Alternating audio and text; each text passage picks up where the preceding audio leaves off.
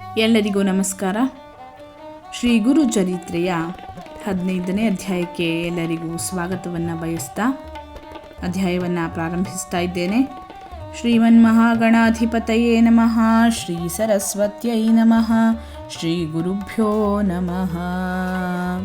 ನಾಮಧಾರಕನ ಯೋಗ್ಯವಾದ ಪ್ರಶ್ನೆಗೆ ತಲೆದೂಗಿದಂತಹ ಸಿದ್ಧಮುನಿಯು ಈ ರೀತಿಯಾಗಿ ಹೇಳತೊಡಗಿದನು.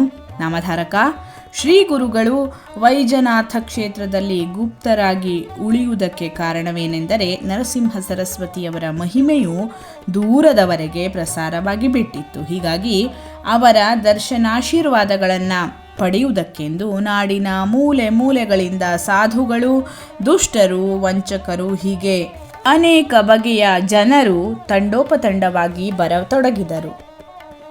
ಎಲ್ಲರೂ ತಮ್ಮ ಸ್ವಾರ್ಥ ಸಾಧನೆಗಾಗಿ ಶ್ರೀಗಳವರ ಶಿಷ್ಯತ್ವವನ್ನು ವಹಿಸಬೇಕೆನ್ನುವವರೇ ಆಗಿಬಿಟ್ಟರು. ಹೀಗಾಗಿ ಗುರುಗಳು ಅವರ ಉಪದ್ರವದಿಂದ ಬೇಸತ್ತು ಹೋದರು. ಕೊನೆಗೆ ಬ್ರಾಹ್ಮಣರಿಗೆ ಭೂದಾನ ಮಾಡಿ ಬೇಸತ್ತ ಪರಶುರಾಮನಂತೆ ಅವರು ಅದೃಶ್ಯರಾಗಿ ವೈಜನಾಥದಲ್ಲಿ ಉಳಿಯುವ ವಿಚಾರ ಮಾಡಬೇಕಾಯಿತು. ಶ್ರೀಗಳವರು ಅಲ್ಲಿ ಗುಪ್ತರಾಗುವ ಮೊದಲು ತಮ್ಮ ಎಲ್ಲ ಶಿಷ್ಯರನ್ನು ಕರೆದು, ನೀವೆಲ್ಲರೂ ಇಲ್ಲಿಂದ ಹೊರಟು ಸಮಸ್ತ ಭಾರತದ ತೀರ್ಥಯಾತ್ರೆಗಳನ್ನೆಲ್ಲ ಮುಗಿಸಿಕೊಂಡು ಶ್ರೀಶೈಲ ಕ್ಷೇತ್ರಕ್ಕೆ ಬನ್ನಿರಿ. ಅಲ್ಲಿಯೇ ನಾವು ನಿಮಗೆ ಪುನರ್ದರ್ಶನ ಕೊಡುವೆವು ಎಂದು ನುಡಿದರು. ಆಗ ಶಿಷ್ಯರೆಲ್ಲರೂ ದೈನ್ಯದಿಂದ ಕೈಮುಗಿದು, ಗುರುದೇವ, ಸುಮ್ಮನೆ ನಮ್ಮನ್ನೇಕೆ ನಿನ್ನ ಚರಣಕಮಲಗಳಿಂದ ದೂರಾಗಿಸುವಿ? ಸಮಸ್ತ ತೀರ್ಥಯಾತ್ರೆಯಿಂದ ಬರುವ ಪುಣ್ಯವೆಲ್ಲವೂ ಗುರುಚರಣ ಸೇವೆಯಲ್ಲಿದೆ ಎಂದು ವೇದಗಳು ಸಾರುತ್ತಿವೆ. ಅಂದ ಮೇಲೆ ನಿಮ್ಮ ಪಾದ ಸೇವೆಯ ಹೊರತು ನಮಗೆ ಅನ್ಯ ತೀರ್ಥಯಾತ್ರೆಗಳ ಅವಶ್ಯಕತೆ ಏನಿದೆ? ಒಂದು ವೇಳೆ ಹಾಗೇನಾದರೂ ಇದ್ದರೆ ನಾವು ನಿಮ್ಮ ಜೊತೆಯಲ್ಲಿಯೇ ತೀರ್ಥಯಾತ್ರೆ ಮಾಡಬಯಸುತ್ತೇವೆ ಎಂದು ವಿನಂತಿಸಿಕೊಂಡರು. ಆಗ ಸದ್ಗುರುನಾಥನು, ಶಿಷ್ಯೋತ್ತಮರೇ, ನೀವುಗಳೆಲ್ಲ ಸನ್ಯಾಸಾಶ್ರಮವನ್ನು ಸ್ವೀಕರಿಸಿದವರು.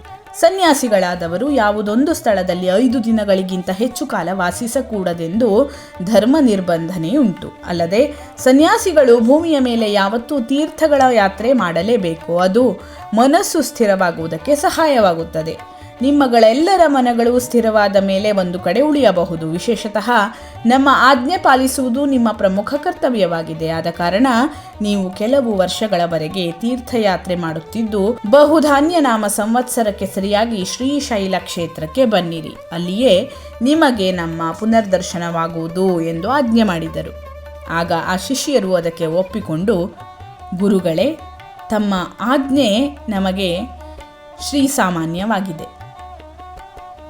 ಯಾಕೆಂದರೆ ಗುರುವಾಜ್ಞೆ ಮೀರುವಂತಹ ಶಿಷ್ಯನು ರೌರವ ನರಕವನ್ನು ಅನುಭವಿಸಬೇಕಾಗುವುದೆಂದು ಸ್ಮೃತಿ ಶಾಸ್ತ್ರಗಳು ಸಾರುತ್ತವೆ. ಆದರೆ ಸದ್ಗುರುನಾಥ, ನಾವು ಯಾವ ತೀರ್ಥಯಾತ್ರೆ ಕೈಗೊಳ್ಳಬೇಕೆಂಬ ಬಗ್ಗೆ ನಮಗೆ ಮಾರ್ಗದರ್ಶನ ಮಾಡುವ ಕೃಪೆಯಾಗಬೇಕು ಎಂದು ವಿನೀತರಾಗಿ ಕೇಳಿಕೊಳ್ಳಲು ಅವರಿಗೆ ಗುರುರಾಯನು ಈ ರೀತಿಯಾಗಿ ಅಪ್ಪಣೆ ಕೊಡಿಸಿದನು. ಶಿಷ್ಯರೇ, ಈ ಬ್ರಹ್ಮಾಂಡ ಗೋಲದಲ್ಲಿ ಕಾಶಿ ಕ್ಷೇತ್ರವು ತೀರ್ಥರಾಜ ಎಂದು ಹೆಸರು ಪಡೆದಿದೆ.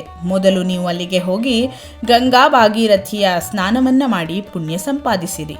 ಅಲ್ಲಿಂದ ಯಮುನಾ, ಸರಸ್ವತಿ, ವರುಣ, ಕುಶಾವರ್ತಿ, ಶತದ್ರು, ವಿಪಾಶಕ, ವೇಣ್ಯ, ಶರಾವತಿ, ಮರುಧ್ವತ, ಆಸಕ್ನಿ, ಮಧುಮತಿ, ಪಯಸ್ವಿನಿ, ಘೃತವತಿ ಮುಂತಾದ ನದಿಗಳ ತಟಾಕ ಯಾತ್ರೆಗಳನ್ನು ಮಾಡಿರಿ. ಬಳಿಕ ಜಗದ್ವಿಖ್ಯಾತವಾದ ದೇವ ನದಿಯ ಯಾತ್ರೆ ಮುಗಿಸಿರಿ. ಈ ಯಾತ್ರೆಗಳಿಂದ ಬ್ರಹ್ಮ ಹತ್ಯಾದಿಗಳಂಥ ಮಹಾಪಾಪಗಳು ನಿವಾರಣೆಯಾಗಿ ಪುಣ್ಯ ಸಂಚಯವಾಗುವುದು. ನಂತರ ನೀವು ಚಂದ್ರಭಾಗ, ರೇವತಿ, ಸರಯು, ಗೋಮತಿ, ವೇದಿಕಾ, ಕೌಶಿಕಿ, ಮಂದಾಕಿನಿ ಇವೆಲ್ಲ ಪುಣ್ಯತೀರ್ಥಗಳಲ್ಲಿ ಸ್ನಾನ ತೀರಿಸಿಕೊಳ್ಳಿರಿ. ಬಳಿಕ ಸಹಸ್ರವಕ್ತ್ರೆ, ಪೂರ್ಣ, ಬಾಹುದ, ವರುಣ, ತ್ರಿವೇಣಿ ಈ ನದಿಗಳ ಸಂಗಮ ಸ್ಥಳಗಳಲ್ಲಿ ಸ್ನಾನ ಮಾಡಿರಿ.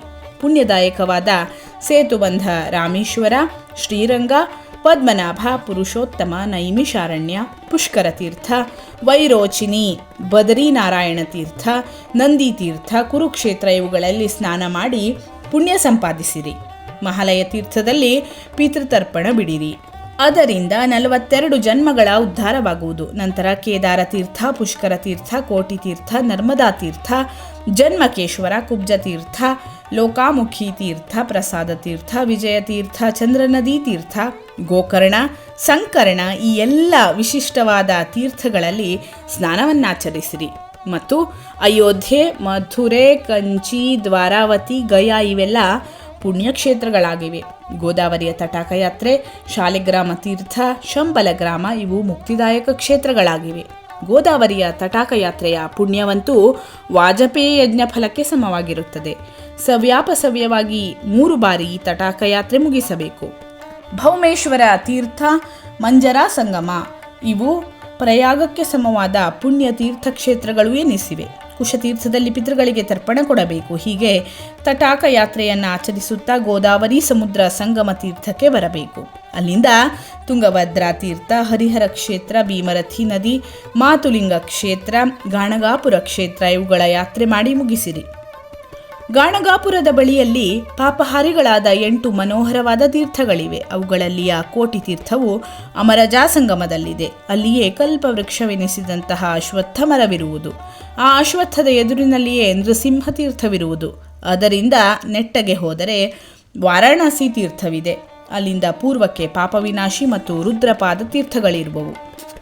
ಇದಲ್ಲದೆ ಚಕ್ರತೀರ್ಥ, ಕೇಶವದೇವ ತೀರ್ಥ, ವಿನಾಯಕ ತೀರ್ಥ ಇವೆಲ್ಲವೂ ಕೋಟಿ ತೀರ್ಥಕ್ಕಿಂತ ಹೆಚ್ಚಿನ ತೀರ್ಥಗಳಾಗಿವೆ. ಗಂಧರ್ವ ಭವನದ ಹತ್ತಿರ ಕಲ್ಮೇಶ್ವರ ದೇವಾಲಯವಿದೆ. ಈ ಸ್ಥಾನವು ಅನುಪಮವಾದುದು.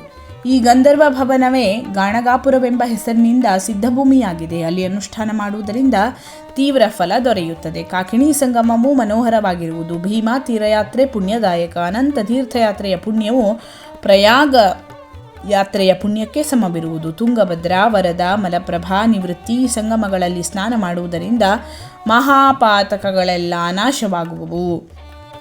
ಈ ರೀತಿಯಾಗಿ ಗುರುಗಳು ತಮ್ಮ ಶಿಷ್ಯರಿಗೆ ಹೇಳ್ತಾರೆ. ಮುಂದೆ ಅವರು ಏನು ಹೇಳ್ತಾರೆ ಅನ್ನುವಂಥದ್ದನ್ನು ಮುಂದಿನ ವಿಡಿಯೋದಲ್ಲಿ ನೋಡೋಣ. ಧನ್ಯವಾದಗಳು. ಲೋಕಾಃ ಸಮಸ್ತಾಃ ಸುಖಿನೋ ಭವಂತು.